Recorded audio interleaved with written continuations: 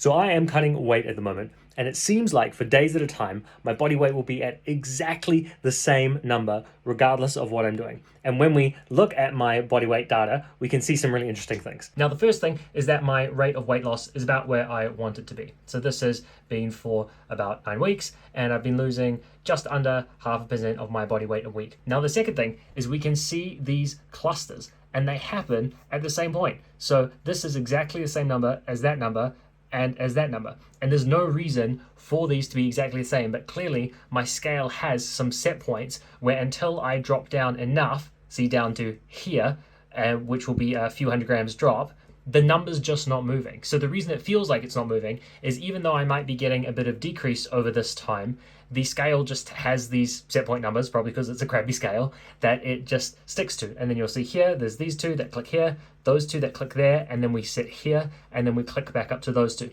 Now, these big fluctuations are often just where I've had a bit more carbohydrates for a couple of days, and so my water weight's gone up and then come back down. But yeah, this is why when you are tracking, whether it be body weight or whether it be your progress in the gym, it's really important to look at long-term trends, because long-term trends is what we actually care about. Like, are we progressing overall and not just looking at the day-to-day noise and fluctuations?